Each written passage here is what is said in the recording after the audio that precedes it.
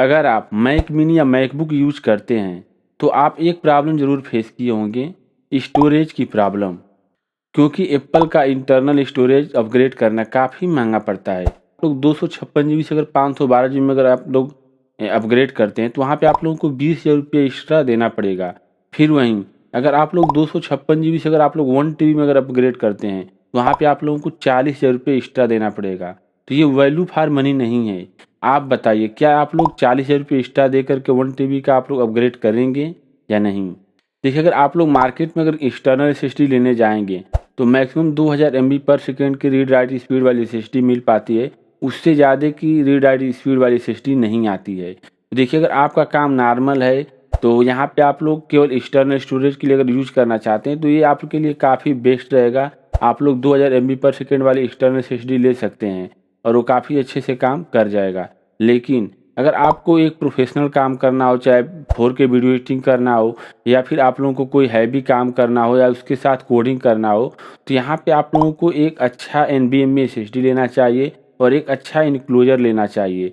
तो सबसे पहले हम जान लेते हैं कि यहाँ पे हम लोग को कौन सी SSD बाय करना चाहिए। तो देखिए, यहाँ पे हम लोग मैक मिनी या मैकबुक में यूज करने वाले हैं, तो उसमें यहाँ पे थंडरबोल्ट 4 पोर्ट टाइप सी में मिलता है, जिसकी अगर आप लोग एक्सटर्नल एसएसडी लगाते हैं तो वहाँ पे मैक्सिमम स्पीड आप लोगों को 3500 एमबी पर सेकेंड की मिल पाती है। तो इसलिए यहाँ पे अगर आप लोग एक्सटर्नल यूज़ करने के लिए अगर आप लोग एसएसडी खरीदने जाते हैं तो वहाँ पे आप लोग मात्र यहाँ पे 4000 एमबी पर सेकेंड या 5000 एमबी पर सेकेंड वाले एसएसडी को आप लोग बाय कर सकते हैं। उससे ज़्यादा का बाय करने का कोई बेनिफिट मिलने वाला नहीं है, क्योंकि स्पीड आप लोगों को यहाँ पे 35 एमबी पर सेकेंड तक ही मिल पाएगी। तो अगर आप लोग उससे अधिक का लेते हैं, जैसे 7000 एमबी पर सेकेंड के भी अगर आप लोग ले लेते हैं एसएसडी, तो उसकी भी स्पीड यहाँ पे आप लोगों को 35 एमबी पर सेकेंड तक ही मिल पाएगी। तो और वहाँ पे जो 7000 एमबी पर सेकेंड वाली जो एसएसडी है वो काफ़ी ज़्यादा हीट प्रोवाइड करेगी। तो इस वजह से अगर आप लोग यहाँ पे 5000 एमबी पर सेकेंड वाली अगर एसएसडी लेते हैं तो यहाँ तक आप लोगों को एक तो प्राइस उसका कम मिलेगा, जैसे 7000 एमबी पर सेकेंड के मुकाबले 5000 एमबी पर सेकेंड वाली एसएसडी का प्राइस कम होगा। और जो 5000 एमबी पर सेकेंड वाली है एसएसडी, वो हीट भी कम प्रोवाइड करेगी। देखिए, एसएसडी के बाद सबसे इम्पोर्टेंट है सही इनक्लोजर का चुनाव करना। देखिए, सबसे बड़ी गलती जो लोग करते हैं, एक सस्ता इनक्लोजर ले लेते हैं। देखिए, अगर आप लोग यहाँ पे सस्ता इनक्लोजर लेते हैं 1000 से 1500 के रेंज में, तो वहाँ पे आप लोगों को 10 जीबी पर सेकेंड के स्पीड वाला इनक्लोजर मिलता है। अगर आप लोग उसे यूज करेंगे तो वहाँ पे आप लोगों को जो मैक्सिमम रीड और राइट स्पीड मिलेगी 1000 एमबी पर सेकेंड मिल पाती है। चाहे आपके एसएसडी की स्पीड 4000 एमबी पर सेकेंड हो या फिर 7000 एमबी पर सेकेंड हो, यहाँ पे जो आपके एसएसडी की स्पीड है वो वेस्ट हो जाती है। फिर इसके बाद अगर आप लोग यहाँ पे सस्ता इनक्लोजर लेते हैं तो उसमें थर्मल पैड भी नहीं होता है, तो वहाँ पे उसका जो हीट मैनेजमेंट है वो सही से नहीं हो पाता है। और अगर मान चलिए कि अगर उसमें थर्मल पैड मिल भी जाए किसी मॉडल में, तो वहाँ पे क्या होता है, जो इसका साइज होता है 10 जीबी पर सेकेंड वाले एसएसडी इनक्लोजर का, वो काफ़ी छोटा होता है, तो उसका जो थर्मल मैनेजमेंट है सही से नहीं हो पाता। इस वजह से जो आपकी एसएसडी है काफ़ी ज़्यादा हीट हो जाती है अगर कोई डाटा जब कॉपी करते हैं उसमें तो इस वजह से जो एसएसडी के डैमेज होने का रिस्क है काफ़ी ज़्यादा बढ़ जाता है। देखिए, अगर आप लोग को एक्सटर्नल यूज़ के लिए अगर इनक्लोजर लेने जा रहे हैं तो कम से कम 40 जीबी पर सेकेंड वाले इनक्लोजर को कंसीडर कीजिए। उसमें आप लोगों को यहाँ पे 3500 एमबी पर सेकेंड की रीड स्पीड मिल जाएगी और लगभग 3200 एमबी पर सेकेंड की राइट स्पीड मिल जाती है। देखिए, यहाँ पे हम ना अपना पर्सनल एक्सपीरियंस आप लोगों के साथ शेयर करते हैं। हम रिसेंटली मैक मिनी M4 लिए हैं और हमारे पास पहले से क्रूसियल का T500 1 टीबी में एसएसडी पड़ा था, जिसकी रीड स्पीड 7400 एमबी पर सेकेंड थी।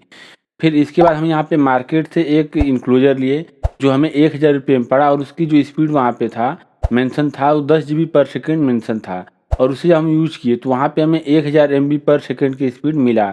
लेकिन जब हम वहाँ पे डेटा कोई कॉपी कर रहे थे तो एसएसडी काफ़ी ज़्यादा हीट हो जा रही थी। फिर इसके बाद हम यू ग्रीन का 40 जीबी पर सेकेंड वाला इनक्लोजर मंगाए जो हमें 7000 रुपये में पड़ा था। फिर इसके बाद उसे आने के बाद उसमें यहाँ पे हमें थर्मल पैड मिला और जो उसका सरफेस एरिया था काफ़ी बड़ा था और लगभग वो 232 ग्राम के आसपास उसका वजन था।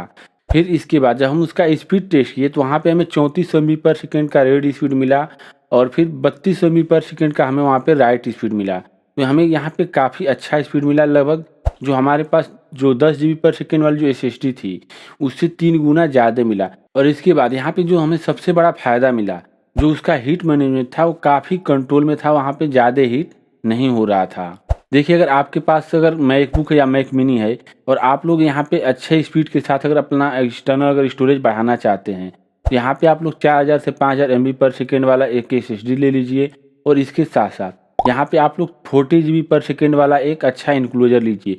देखिए, इन्क्लोजर खरीदने से पहले आप लोगों को कुछ चीज़ों का ध्यान रखना है। देखिए, जब हम यहाँ पे इन्क्लोजर बाय करने गए, तो हमें लगभग 6000 से 12000 के प्राइस के रेंज में काफ़ी इन्क्लोजर दिख रहे थे। देखिए, जो वहाँ पे उसका रीड और राइट स्पीड था, वो लगभग 2500 से 2800 के बीच में था। यानी कि उसका जो स्पीड वो काफ़ी कम था। और देखिए, लेने से पहले आप लोग रिव्यू में भी ज़रूर देख लीजिए कि उसका जो रीड राइट स्पीड है कितना मेंशन है। तो देखिए, वहाँ पे अगर आप लोग इन्क्लोजर लेने जा रहे हैं तो कम से कम 3200 प्लस की रीड स्पीड मिले और 3000 प्लस की राइट स्पीड मिले, तभी आप लोग उस इन्क्लोजर को बाय कीजिए, अदरवाइज़ अवॉइड कीजिए। और देखिए, अगर आप लोग इन्क्लोजर लेने जा रहे हैं तो वहाँ पे एक चीज़ ध्यान रखिए कि उसमें थर्मल पैड ज़रूर होना चाहिए। फिर इसके साथ-साथ जो उसका सरफेस एरिया है वो भी बड़ा होना चाहिए। देखिए, अगर आपके इन्क्लोजर का अगर सरफेस एरिया कम होता है तो आपकी एसएसडी काफ़ी जल्दी हीट हो जाएगी। देखिए, यहाँ पे काफ़ी इन्क्लोजर फैन के साथ भी आते हैं, लेकिन फैन एक मूविंग पार्ट है, तो फैन के खराब होने का रिस्क बना रहता है। तो इसलिए आप कोशिश कीजिए कि एक बड़े सरफेस एरिया के साथ जो इन्क्लोजर आते हैं उसे आप लोग बाय कर लीजिए। आप कौन-सा इन्क्लोजर यूज़ कर रहे हैं कमेंट में ज़रूर बताएँ और अपना एक्सपीरियंस भी शेयर करें। मिलते हैं अगले वीडियो में। Thank you.